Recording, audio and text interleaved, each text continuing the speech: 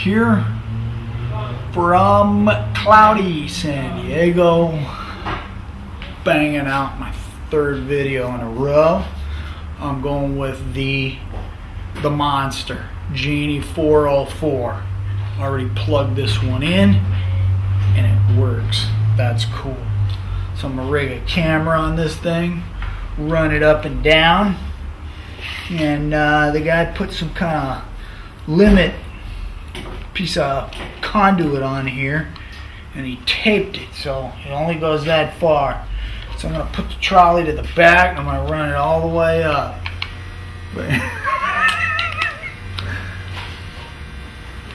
Alright, but I got to cut that off of there because I want to run it all the way up to the motor head. So I'm going to pull out my knife here. Look at that.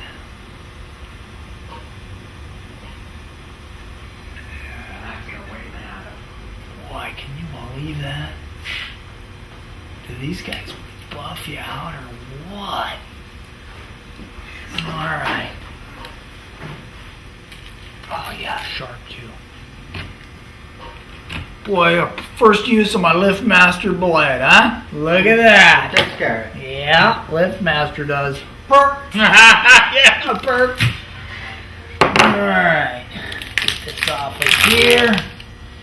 It's amazing what people come up with for a limit. Just like the old, we used to crimp their rails all the time back in the day. Yeah. Yeah, I think AES used to do that. No, we were working at AES with somebody else. I want to say, Mr. Martin.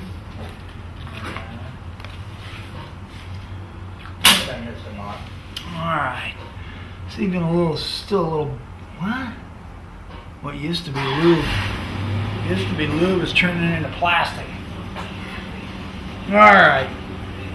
Let's fire the camera up, get this bad boy rolling.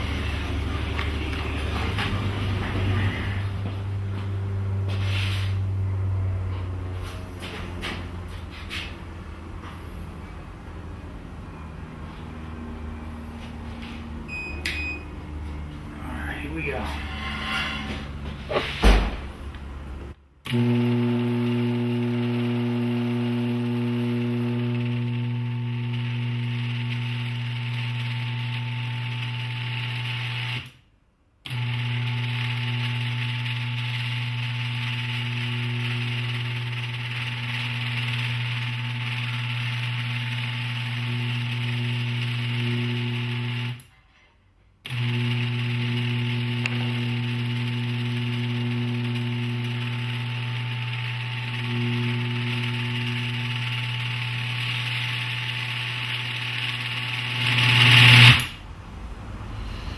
At least you know it works.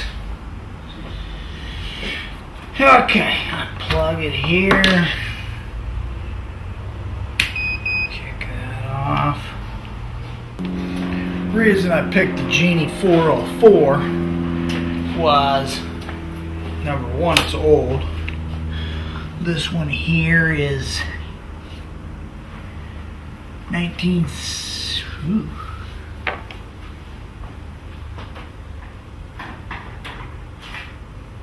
I don't know.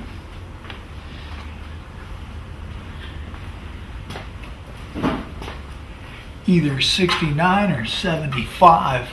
I don't think it's 69 because they had the 400s. So I'm going to go with 75. It's pretty old. Still works. But the whole machine is simple. You know, you got a little transformer, starting capacitor, very basic circuit board where each wire, it's no wiring harness, each wire had to be plugged in. But the main thing is the, and I wanted to show you, was the clutch. How they tried to figure out how to get these things to reverse. So this one here worked on a centrifugal force type deal. Let's see if I can just get in a little bit closer than my other camera will take me. but there's a little copper, it's like a copper piece on a spring.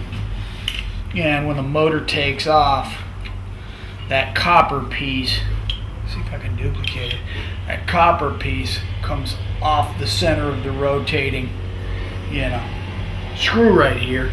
And then if something gets in the way and it slows down, that copper piece, just by the spring up here, brings it back down and allows it to touch the center.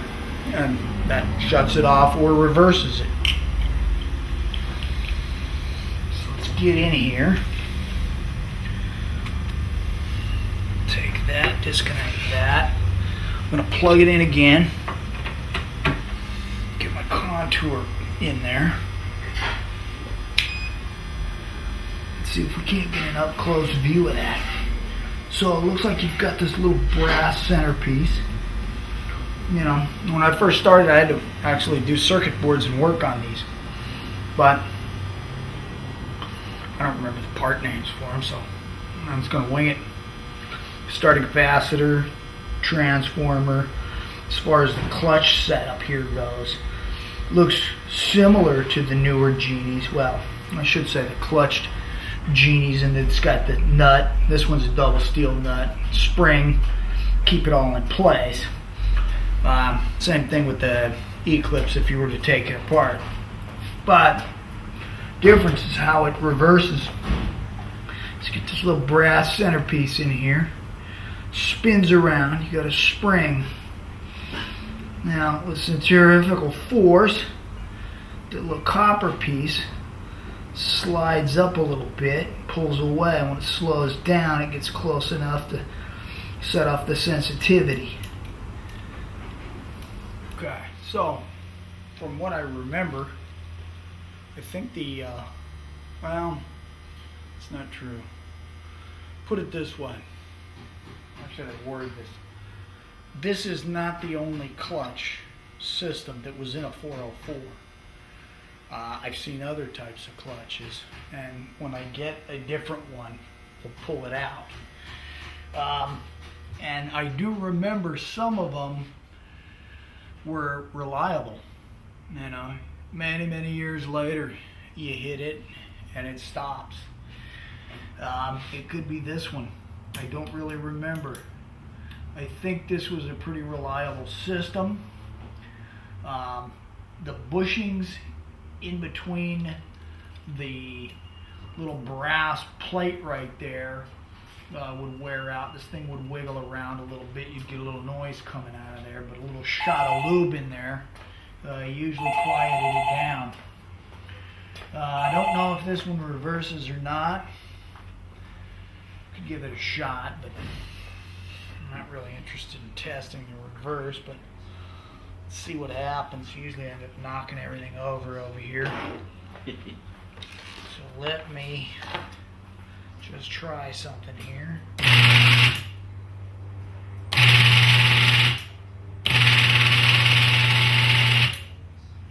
Okay. Now you know what? Before I do that, I'm going to loosen up the clutch. It might be a little, that spring piece might be a little too tight.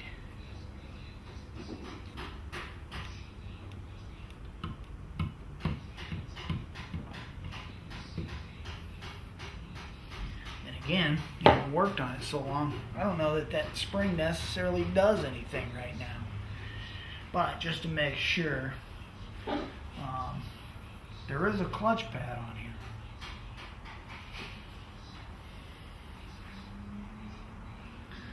So I would assume, since this piece here is attached to that clutch pad, that might break away, but it's not. I don't know, 75 to now. Jesus Christ, I can't remember this. I can't remember where I live half the time. I gotta ask the neighbor, is this my house? No, you're on the next one. Okay, so let's try it out, I loosen that up. I'll see if I can't break this puppy loose.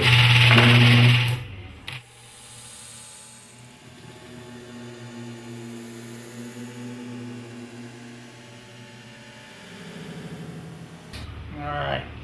So that was pretty good. Now, just to test my theory and see if this thing actually does anything, I'm going to try to tighten that up. And then we'll figure it out a little further as I break it down. I just can't remember. There's not that many of these still going out here in San Diego to be familiar with them. Okay, I tightened up that spring. Let's try it again and see if it puts out a little more power.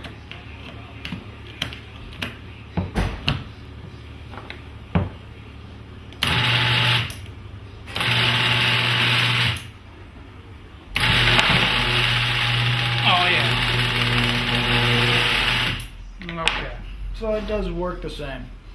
Tighten that spring, gives it more power. Alright.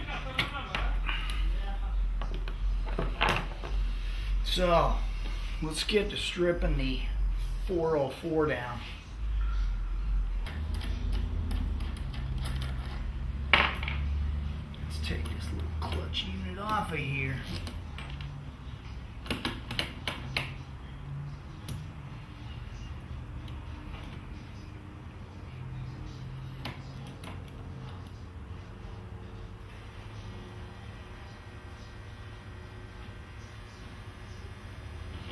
There we go. So, that's what you got right there. There you go. So this edge is designed to slip. It's got 4 little notches, little teeth in there. So when you put the clutch in, you fit it in there, this side slips. Then you've got a little copper piece here, a little centrifugal doodad, and then this part here is wired to the circuit board, held in with a keyway, of course, right there.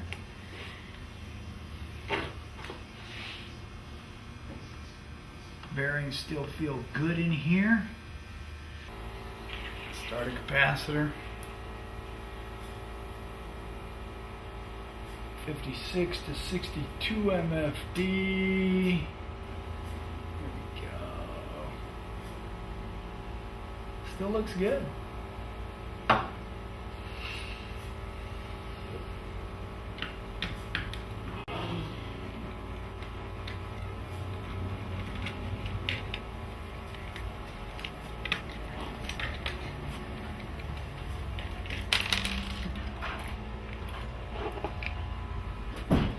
Circuit board, 2 wires going to the starting capacitor.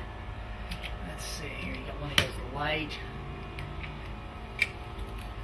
got one that goes to that clutch, and you got the 2 that go to your wall button connectors, wall button terminals on the front.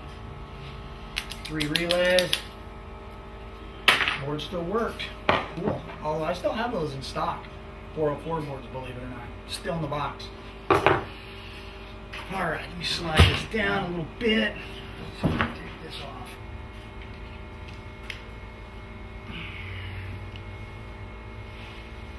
Okay, now, see if I can knock that roll pin down and get into this. Dig into this 404 like nobody's business. Punch, bolt.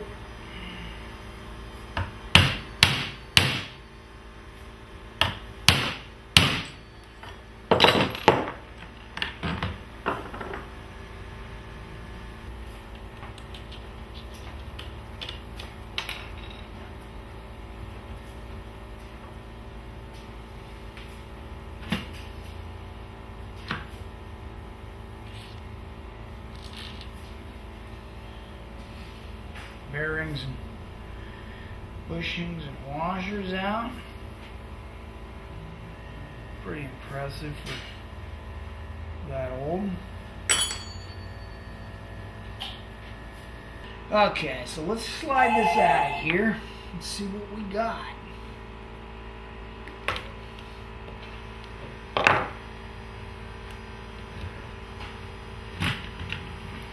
screw goes right through the center of the motor. Direct drive. And you got the bearings and bushings or washers, whatever you call them, on the front. Nothing missing.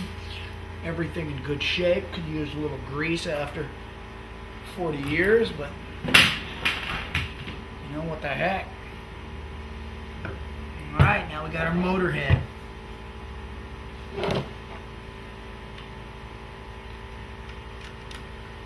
There should be some more bearings in here. Let's take a look at those, see what kind of shape they're in. Could be a testament to it used to be a very good product.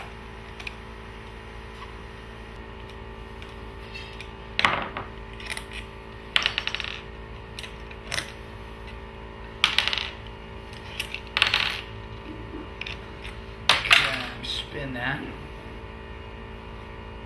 Spins freely, sounds pretty good. Get the right angle on here. Let's take off the end bell.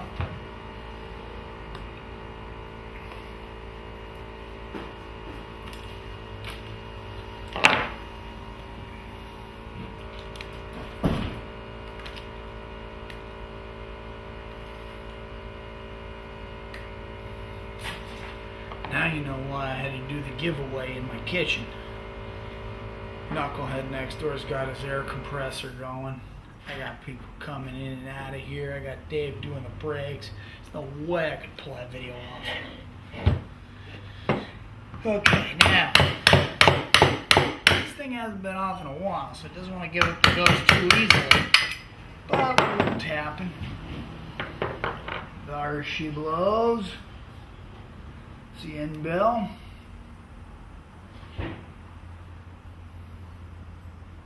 Still in good shape, no cracks.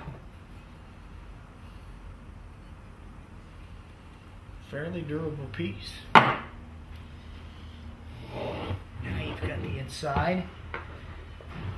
Here's your bearings right there. Sealed. Smooth. Get your armature.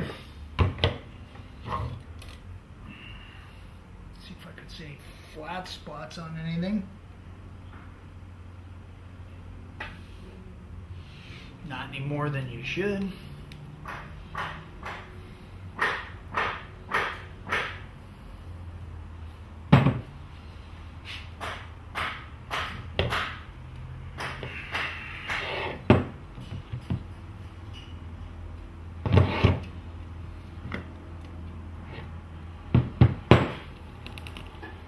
Front bulk housing.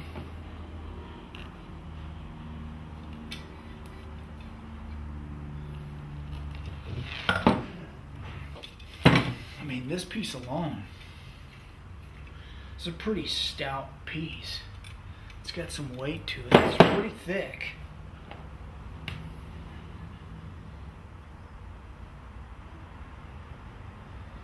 Got the bearings on the armature here, motor.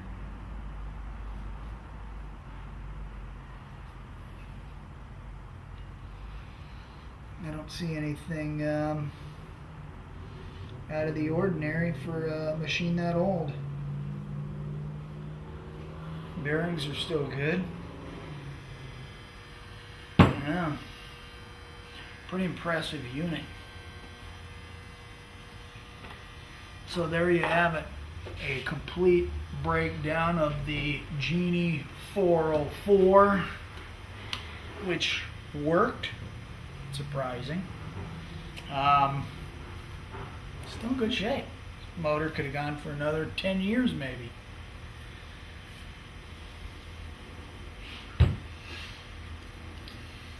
That's it. Mike from All Pro Quality Garage Doors. Total teardown of a Genie 404. That was pretty cool. Even I hadn't torn one down like that in a long time. If you're looking at this video for hints on how to fix it, I don't know.